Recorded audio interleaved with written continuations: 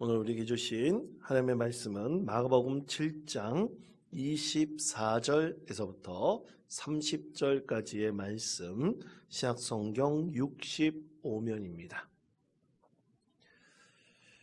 자, 이 말씀을 저와 함께 교독하시겠습니다. 제가 먼저 읽겠습니다. 예수께서 일어나사 거기를 떠나 두로 지방으로 가서 한 집에 들어가 아무도 모르게 하시려 하나 숨길 수 없더라.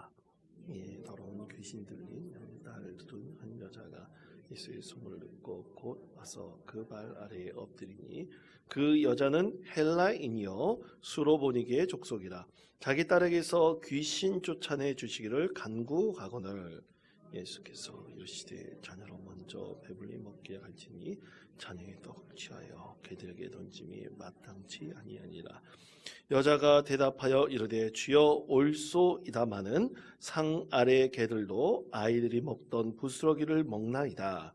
예수께서 이르시되 이 말을 하였으니 돌아가라 귀신이 내 딸에게서 나갔느니라 하시매 30절을 다 같이 읽겠습니다. 여자가 집에 돌아와 본즉 아이가 침상에 누웠고 귀신이 나갔더라. 아멘. 할렐루야. 오늘 말씀의 제목은 수로보니게 여인의 간청입니다. 예전에 요즘에도 방영하고 있는지 잘 모르겠어요. 제가 TV를 잘 안 보기 때문에 유키즈 원더 블럭이라고 하는 그 유재석 씨하고 조재호 씨가 진행하는 예능 프로그램이 있죠. 지금도 합니까? 아, 그렇군요. 하여간 거기서 제가 아주 재밌게 본 한 프로가 있었는데 그것은 뭐냐면 목사, 신부, 스님이 나와서 이 세 종교에 대한 이야기를 하는 거예요. 그래서 스님은 어떻게 자기가 스님이 됐는지, 목사는 또 어떻게 목회자가 됐는지, 신부는 또 어떻게 신부 사제의 서품을 받았는지 거기에 대한 이야기도 하고, 또 그 다음에 현대인들이 가장 신앙생활할 때 힘들어하는 것, 여러분 뭘까요? 아무 생각이 없으십니까? 가장 힘들어하는 거 새벽 기도래요. 새벽 기도. 그런데 불교도 보통 불교가 산사에서 새벽 뭡니까? 이 기도를 할 때 몇 시부터 하냐면 3시서부터 하는데 새벽 3시서부터. 근데 지금은 바뀌었대요. 지금도 그 이제 현대인들의 생활 리듬에 맞춰서 너무너무나 힘들다. 특히 신참으로 들어오는 MZ 세대의 스님들이 너무나 힘들다 그래가지고 새벽 5시로 바뀌었다고 합니다. 그리고 도시에 있는 우리 개신교회들은 보통 몇 시에 하느냐면 5시 반이나 6시에 새벽 기도를 하는 경우가 많아요. 그리고 가톨릭은 아예 6시로 고정으로 되어 있죠. 그렇게 바뀌었다는 얘기도 하면서 여러 종교 얘기를 하더라고요. 아주 재밌더라고요. 그런데 그때 이제 한 전도자가 이 스님에게, 스님이 이제 비군이었어요. 스님에게 전도를 하는 얘기를 해줬어요. 스님이 그걸 얘기를 하는 겁니다. 여러분 스님에게 전도해 보셨습니까? 상상도 못할 일이죠. 그런데 이 전도자가 이 스님을 따라다니면서 전도를 했던 거예요. 처음에는 전도지를 받아줬대요. 근데 그 다음 날도 가는데 또 전도를 하고 또 자꾸만 따라오길래 스님이 그렇게 얘기를 했다고 합니다. 제가 아는 예수님은 그렇게 가르치실 분이 아니에요.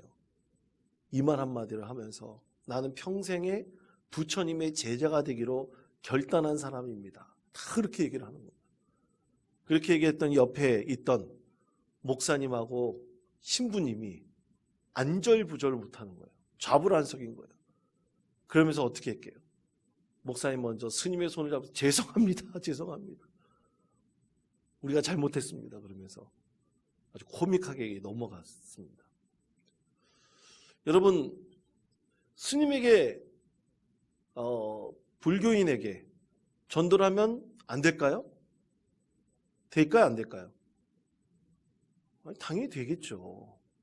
근데 여러분 이 전도는 요즘에 이 자신의 신앙에 대한 자기결정권을 사실 굉장히 강조하는 추세로 많이 바뀌고 있습니다. 왜냐하면 이 신앙의 자기결정권을 남들에 의해서 강요를 한다는 것이 요즘 시대에서는 또 여러 가지 이 제약들이 많은 거예요. 그러니까 이 스님의 한 예를 들었긴 했지만 이 스님에게 전도를 한다. 물론 그가 나중에 예수님을 믿을 기회가 생긴다면 그의 전도는 굉장히 유용할 것입니다. 하나님께서 어떤 한 사람을 구원하시기 위해서 예정해 놓으셨다면 그에게 전도한다는 것은 굉장히 유용할 것이에요. 그렇지만 이 전도를 한다 그럴 때 이 종교의 다양성 속에서 과연 우리가 어떻게 복음을 전하고 어떻게 많은 사람들에게 믿는 사람이든 믿지 않는 사람이든 또는 다른 종교를 갖고 있는 사람들에게 어떻게 하면 우리의 진정한 참된 구원의 좋은 소식을 전할 수 있을까? 이전에 했던 방법들과는 잘 통하지 않고 새로운 모습으로 우리가 변화될 필요가 있을 것이다. 그런 생각을 해보게 되었습니다. 그래서 선교가 굉장히 중요한 거예요. 여러분, 선교는 그래서 굉장히 다변적이고 다차원적인 것입니다. 다양한 방식으로 이루어지는 것이에요. 그래서 우리가 선교를 통해서 하나님 나라의 지경을 넓혀가고 또 이 스님과 같은 사람, 또 우리 기독교에 대해서 부정적으로 생각하는 사람 있지 않겠습니까? 그런 이들에게도 어떻게 하면 우리가 서로 대화를 하면서 하나님의 은혜가 그의 영혼 가운데 임할 수 있을까? 그리고 진정한 궁극적 소망인 천국의 소망을 이루도록 할 수 있을까? 우리가 그것을 함께 나누고 고민하고 그래서 선교적 차원을 다양하게 넓혀 나가서 이 나라 이민족뿐만 아니라 땅끝까지 이르러 내 증인이 되라 하신 그 복음의 말씀을 우리가 이루어가야 되는 거예요. 오늘 예수님께서도 갈릴리 지역에서 다 사역을 하시다가 갈릴리 지역에서 너무나 사역을 열심히 하시다가 이제 예수님도 지치셨나 봐요. 여러분, 사역을 너무 하다 보면 사람이 어떨까요? 지칩니다. 아니면 영적으로 충만하다 할지라도 사람은 육신의 지침이 있으면 영적으로도 침체할 수밖에 없는 거예요. 여러분, 그것을 반드시 기억하셔야 됩니다. 그래서 사역을 열심히 하는 것도 좋아요. 근데 영적으로 채워지는 것이 있어야 돼요. 영적으로 채워지는 것이 없으면 사역에는 반드시 고갈되어져 버리고 영적인 자신감도 잃어버리게 되어 있는 것입니다. 오늘 예수님께서도 이 갈릴리 지역에서 열심히 사역을 하시다가 잠시 뒤로 물러나신 거예요. 뒤로 물러나셔서 어디로 가셨느냐? 오늘 말씀해 보면 두로 지방으로 가셨다 그랬어요. 두로 지방인데 이 마태복음의 말씀과 마가복음의 말씀이 조금 다르게 말씀하고 있습니다. 마태복음에서는 예수님께서 두로 지방, 그 이방인들 지역이거든요. 이방인들 지역인데 거기는 가나안 사람들이 주로 있는 지역이에요. 그러니까 유대인이 아닌 가나안 사람들이 주로 거주하고 있는 지방으로 가셨다라고 마태복음에서 말씀하고 있어요. 그런데 오늘 마가복음에서는 어떻게 말씀하고 있냐면 예수님께서 두로 지방에서 누구를 만났느냐? 수로보니게 여인을 만났다 말씀하고 있어요. 근데 이 수로보니게 여인은 누구냐면 분명하게 그냥 가나안 사람이라고 얘기하지 않고 뭐라고 말씀하고 있습니까? 헬라인이라고 말씀하고 있어요. 완전히 이방인이라고 말씀하고 있어요. 그러니까 마태복음에서 말씀하시는 것과 마가복음에서 말씀하시는 것은 약간의 차이가 있습니다. 그러면 여러분, 뭐가 진실일까요? 뭐가 사실일까요? 두 개 다 똑같은 사실이에요. 왜냐하면 여러분, 성경 말씀은 여러 믿음의 공동체에서 들려지는 하나님의 말씀이잖아요. 근데 그것이 가나안 여인이든 수로보니게 여인이든 다 그것은 누구의 말씀이냐면 하나님의 말씀입니다. 하나님 안에서 다 진리가 있는 것입니다. 그렇게 예수님께서 좀 쉬고 싶으셨어요. 좀 쉬고 싶으셨는데, 자, 오늘 말씀 거기 보면 좀 쉬고 싶으셨는데 어떻게 됐을까요?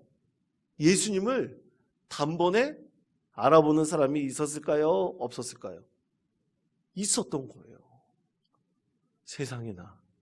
지금처럼 SNS도 없었고 또 여러 통신창 시설 같은 것들도 없었던 이런 시대에 어떻게 예수님을 알았을까? 어떻게 예수님을 알았을까? 그래서 어떻게 알았는지 몰라도 도저히 예수님의 행적을 숨길 수 없었다는 것을 분명하게 말씀하고 있죠. 얼마 전 뉴스를 보니까 사진 한번 띄워주시기 바랍니다. 사진 보시면 세계적으로 유명한 영화 배우가 있는데 사를리즈 테론이라는 배우가 있어요. 다음 장도 하나 보여주세요. 다음 장 보시면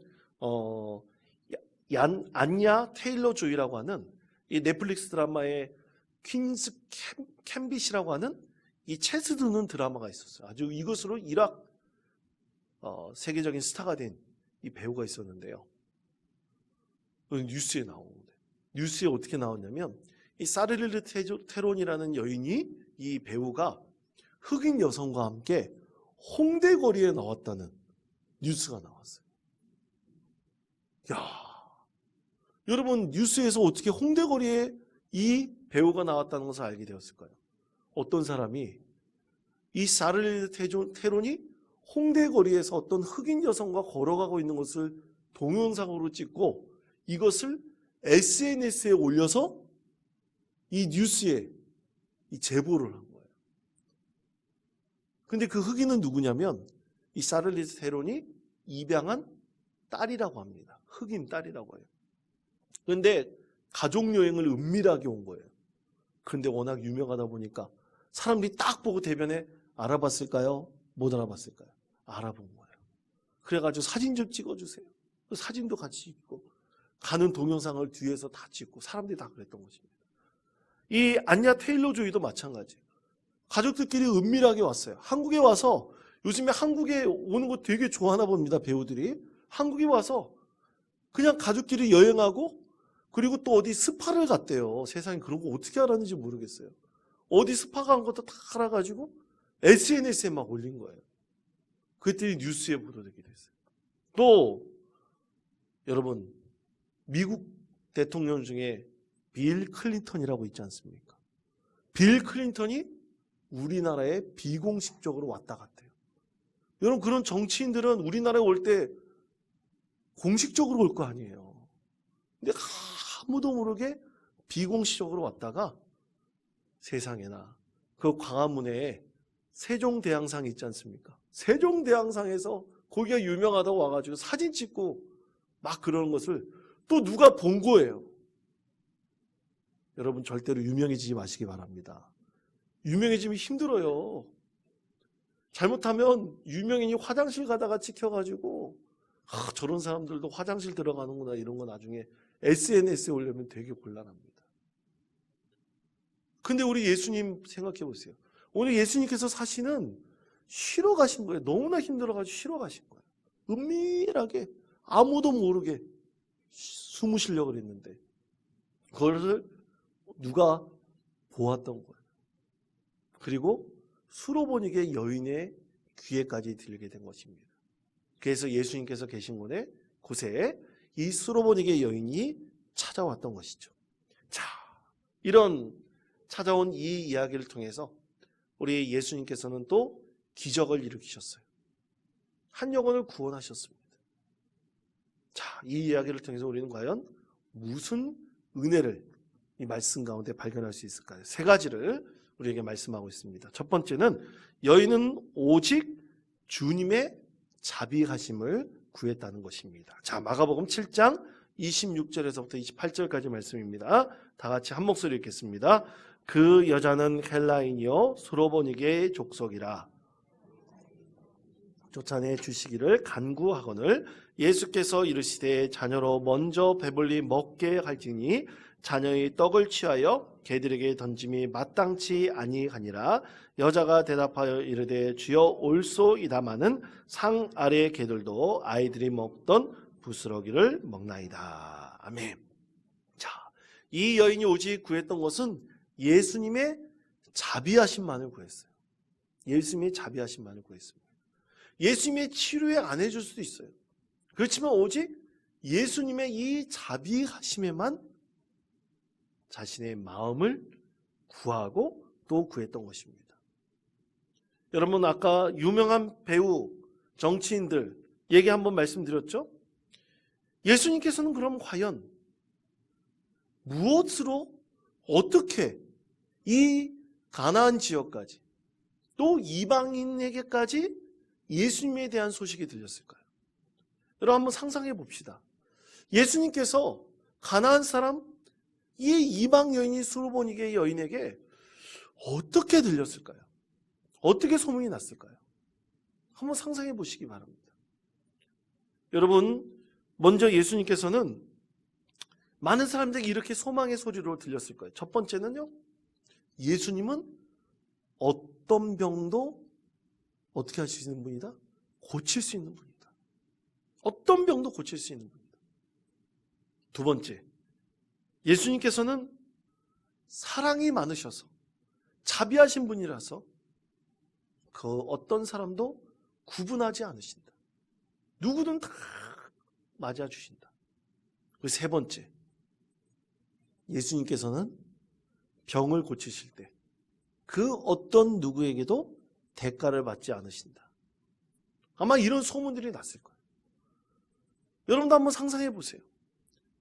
이 수르보니게 여인이 예수님 앞에 달려올 수 있었던 것은 예수님은 오직 이 자비하신 분이시기 때문에 그 어떤 누구도 가리지 않고 병을 치유해 주시는 분이기 때문에 어떤 대가도 바라지 않는 분이시기에 이 여인은 과감하게 예수님을 찾아가서 한 걸음에 달려올 수 있었던 것입니다. 이런 예수님의 자비하심은 이 세상 모든 사람들에게 소망을 줄 수 있다는 것을 오늘 은혜로 하나님께서 우리에게 말씀하시는 것입니다. 여러분, 우리 예수님께 나올 때 어떤 가로막는 장벽이 있나요? 예수님이 나올 때 어떤 장애물이 있습니까? 여러분, 우리 교회로 나올 때 혹시 어려움이 있으십니까? 물론 교회로 우리 교회 나올 때는 어려움이 좀 있어요. 어떤 어려움이 있을까요? 예? 언덕 위로 올라와야 되는 어려움이 있어요. 체력이 좀 좋으셔야 됩니다. 그것 빼고는 어려움이 없어요. 오늘 새가족 신방을 갔습니다. 새가족 신방을 하는데 이 새가족 분들에게 제가 항상 물어보는 것이 있다고 그랬잖아요. 어떻게 우리 교회를 등록하게 되셨습니까? 어떻게 우리 교회를 알게 되셨습니까? 어떻게 우리 교회를 오시게 되셨습니까? 다 한결같이 얘기하시는 게 우리 교회 처음 예배를 드렸는데 여러 교회를 다녀봤대요. 원통뿐만 아니라 다른 지역에 있는 교회도 다녀봤다고 합니다. 다녀봤는데 교회 분위기가 너무나 좋았대요. 예배 분위기가 너무나 좋았답니다. 그리고 찬양대 칭찬을 하더라고요. 찬양대. 자기네 교회는 어머님이 얘기하시는데 그 어머님이 권사님인데 저기 대전 울산 쪽에 계시는 교회에 한 1,000몇백 명 정도 되는 교회 권사님이신데 자기네 교회는 그 예배 드릴 때 성가대가 한 100명 정도 된대요. 근데 100명이 들리는 소리 있잖아요. 엄청나게 화려할 거 아니겠습니까? 화려하죠. 그런데 이 20명 채 안 되는 소리라도 너무나 은혜롭다는 거예요. 얼마나 감사한 얘기입니까? 여러분, 예배가 살아있는 교회가 하나님의 은혜로 충만한 교회가 될 것이라는 것을 여러분 꼭 믿으시기를 바랍니다. 그래서 예배가 살아있어야 되는 거예요. 가장 기본이 예배입니다. 예배가 죽어있는 교회들이 있어요. 예배가 죽어있는 교회들은요, 대번합니다. 그래서 이 교회 분위기가 너무나 좋다는 거예요. 그런데 만약 우리 교회 분위기는 좋은데 교회 담장이 너무 높다고 생각해 보세요. 안 믿는 사람들이 오고 싶은데 담장이 너무 높다고 생각해 보세요. 당신 왜 왔어? 당신 여기 왜 왔어? 막 누가 그렇게 물어본다고 생각해 보세요. 그래서 여러분, 교회의 첫 인상이나 이런 것이 굉장히 중요한 것입니다. 하나님께서는 이사야 55장 1절 말씀에서 이렇게 말씀하셨습니다. 이사야 55장 1절 말씀 다 같이 한 목소리 읽겠습니다. 오호라 너희 모든 목마른 자들아 물로 나오라 돈 없는 자도 오라. 돈 없이 값 없이 와서 포도주와 젖을 사라. 아멘. 자, 하나님의 자비하시면은 어떤 장애물도 장벽도 없는 것입니다. 이때 우리에게 진정으로 필요한 것은 무엇이냐? 반드시 겸손한 마음으로 나오시면 돼요. 여러분, 겸손한 마음으로 늘 주님 앞에 나올 수 있는 우리 믿음의 성도 되시기를 바랍니다. 여러분, 이제 조금 있으면 내년 되면, 이제 올해 아니라 이제 내년이죠. 우리 그래도 이 지역은 별로 그렇지 않을 거예요. 수도권 지역에 가면 내년만 되면 이제 6월 달에 뭐가 있어요? 지방선거 있잖아요. 지방선거 있으면 교회 앞에 다른 사람들도 문전성시를 이룹니다. 큰 교회 같은 경우는 진짜 문전성시를 이뤄요.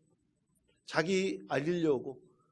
그리고 요구하는 게 있어요. 담임 목사님한테 와가지고 특히 자기가 아는 장로님들을 통해서 목사님을 압박해요. 자기 한 번만 예배 시간에, 광고 시간에 인사시켜달라고. 안 그럴 것 같죠? 근데 어떤 교회는 막 그를 인사시켜주는 교회 있어요. 잘못된 겁니다. 잘못된 거예요. 물론 만약 군수님이 오시면 그래도 오셨다고 인사는 시켜드려야죠. 그게 예의겠죠. 그렇지만 나와서 말을 하게 한다거나 이러면 안 돼요. 그건 다 교회가 정치에 개입하는 거예요. 교회는 순전한 마음으로 누구든지 나올 수 있지만 여러분 자기가 정치인이고 자기가 유명하다고 목사님 나와서 인사시켜주세요. 아니 인사시켜주면 다른 사람한테 압박 주고 그건 교만한 모습이잖아요.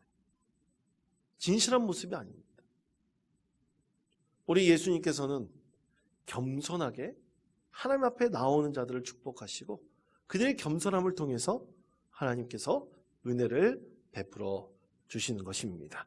그렇게 우리가 우리 하나님 예수님의 자비하심을 알고 겸손히 나온다면 하나님께서 그 가운데 반드시 은혜를 베풀어 주실 것입니다. 두 번째는 이 여인은 오직 믿음으로 구했습니다. 무엇으로 구했다고요? 믿음으로 구해서 은혜를 받게 되었습니다. 자, 마가복음 7장 29절의 말씀 다 같이 한 목소리 읽겠습니다. 예수께서 이르시되 이 말을 가였으니 돌아가라 나 하시매. 아멘. 자, 마태복음 15장 28절에서는 이렇게 말씀합니다. 화면에 있는 말씀을 다 같이 한 목소리로 읽겠습니다. 마태복음 15장 28절 말씀입니다. 그럼 제가 읽겠습니다. 이에 예수께서 대답하여 이르시되 여자여 내 믿음이 크도다 내 소원대로 되리라 하시니 그때로부터 그의 딸이 나으니라. 아멘. 다시 한번 28절 함께 읽겠습니다. 이에 예수께서 대답하여 이르시되 여자여 내 믿음이 크도다 하시니 그때로부터 그의 딸이 나으니라. 아멘. 자, 여기서 질문이 있어요. 내 믿음이 크도다 내 소원대로 되리라 하시잖아요. 그럼 여기서 내 믿음이 누구에 대한 믿음일까요? 예수님께서 반드시 치유해 주실 것이라는 믿음입니까? 아니면 예수님을 구원해 주실 거라는 구원에 대한 믿음입니까? 뭐에 대한 믿음일까요? 치유에 대한 믿음이에요. 치유에 대한 믿음. 예수님이 하나님의 아들로서 구원받는다는 것 이 여인은 몰랐을 거예요. 그렇지만 예수님 앞에 나오면 뭐를 얻게 된다고요? 치유를 얻게 된다는 거예요. 여러분 이것이 선교의 가장 중요한 첫 번째 태도입니다. 누구든지 예수님 앞에 나와서 은혜를 받도록 하는 거예요. 그 사람이 예수님을 진짜 구주로 믿든 안 믿든 교회로 첫 발을 들이게 하고 교회의 사역에 지역민들에게 다가가도록 하는 거예요. 목회 데이터 연구소에서 저에게 매주 카톡을 보냅니다. 그래서 오늘 어떤 카톡을 보냈냐면 이 마을의 돌봄 현황, 교회 마을의 돌봄 현황에 대해서 설문조사를 했어요. 한 1000명 대상으로 설문조사를 했어요. 그때 교회에 대한 그 마을 돌봄 현황은 어떻게 되는 것이 좋을까? 지역에서 가장 환영하는 게 뭐냐면 교회가 이 지역에서 마을 돌봄 사역에 많이 참여했으면 좋겠다. 마을에 관심 가지고 참여했으면 좋겠다. 그래서 어려운 이웃 돌보고 봉사하고 섬기는 일들이 교회가 좀 더 다가갔으면 좋겠다. 이게 최고였어요. 한 68% 정도 되는 거예요. 지역민들이 바라는 것이 그것입니다. 그리스도인들을 바라는 것이 그것이에요. 그렇게 자연스럽게 하다 보면 안 믿는 사람들도 교회에 대한 이미지가 바뀌는 거예요. 여러분, 바로 이런 것입니다. 누가 수술대에 올라갔다 해보세요. 의사가 믿음이 좋아요. 근데 실력은 형편없어요. 그런데 어떤 의사는 안 믿어요. 근데 실력이 최고예요. 여러분 같았으면 어떤 의사에게 수술을 해달라고 수술대에 올라가겠습니까? 당연히 실력이 있는 사람이겠죠. 여러분, 많은 사람들은요, 그런 마음으로 우리들을 만나는 거예요. 교회에 대해 생각하는 것입니다. 지역사회에 좋은 소문이 난다는 것은요, 전도 많이 하는 것도 좋지만, 그 교회 다니는 성도들, 그 교회에서 하는 모든 사역들, 참 이 지역에서는 많은 도움이 되고 이로움이 있구나. 여러분, 우리 하나님께서는 평가하실 때 우리가 행하는 것을 보고 평가하신다고 말씀하시지 않습니까? 바로 이것을 이 세상 사람들이 원하고 바라는 것이죠. 오늘 예수님께서는 이 여인의 믿음, 그 믿음은 무엇이라고요? 예수님께서 반드시 치유하실 것이라는 믿음이에요. 이 믿음 하나로 이 여인의 소망을 이루어 주셨던 것입니다. 사랑하는 성도 여러분, 우리도 이렇게 우리 지역사회에서 우리가 필요하다면 우리도 사실은 이 지역사회에 있는 교회예요. 따로 떨어져 있는 것이 아니에요. 우리가 먼저 이 지역사회에 진정한 필요한 존재로 서게 되면 반드시 하나님께서 그 나라의 지경을, 하나님 나라의 지경을 우리 교회를 통해서 넓혀 주실 것이라고 믿습니다. 마지막 세 번째는 이것입니다. 이 여인은 부스러기 같은 은혜라도 구했습니다. 부스러기 같이 작은 은혜라도 구하여서 그 은혜로 구원함을 얻게 되었던 것입니다. 여러분, 은혜라는 것은 큰 것일 수도 있지만 작은 것일 수도 있어요. 이 여인은 뭐라고 요구했습니까? 밥상 밑에 떨어지는 부스러기라도 나에게 주십시오. 그렇다면 그 은혜로 내 딸이 치유함을 얻을 것입니다. 예수님이 조금이라도 나에게 당신의 조금이라도 은혜를 베풀어 주십시오. 그럼 반드시 구원함을 얻을 수 있습니다. 우리가 그런 사역들을 하는 거예요. 누구에게 조그만 것을 베풀어 주잖아요. 그것이 어떤 사람에게는 큰 위로가 될 수 있는 거예요. 어떤 사람의 말 한마디가 어떤 사에게는 상심에 빠져 있는 사람에게는 큰 힘이 될 수도 있는 거예요. 우리 예수님의 부스러기 같은 조그만 은혜가 이 여인과 이 여인의 딸에게는 큰 소망이 될 수 있었던 것입니다. 사랑하는 성도 여러분, 우리가 주님의 조그만 은혜라도 구하면 하나님께서 우리 가운데 반드시 은혜를 베풀어 주셔서 우리 심령에 큰 소망을 주시고 또 우리 심령이 새롭게 되는 축복을 더해 주실 것이라고 믿습니다. 우리 그렇게 조그만 은혜라도 함께 나눌 수 있는 믿음의 공동체 되시기를 바랍니다. 그렇다면 하나님께서 더욱더 우리를 통해서 역사하시고 축복하시는 은혜의 공동체 이룰 수 있을 것이라고 믿습니다. 우리 그런 소망을 가지고 우리 이 수로버닝의 여인에게 주신 우리 주님의 놀라운 은혜, 주님의 자비하심, 그리고 또 주님께서 이 여인이 가졌던 그 믿음, 그리고 조그만 은혜를 구하여 받은 큰 축복이 있었음을 우리가 분명히 깨닫고 우리도 믿음 가운데서 이 수로보니와 같은 겸손한 믿음으로 하나님께 영광을 올려드릴 수 있는 믿음의 성도 되시기를 간절히 축원드립니다.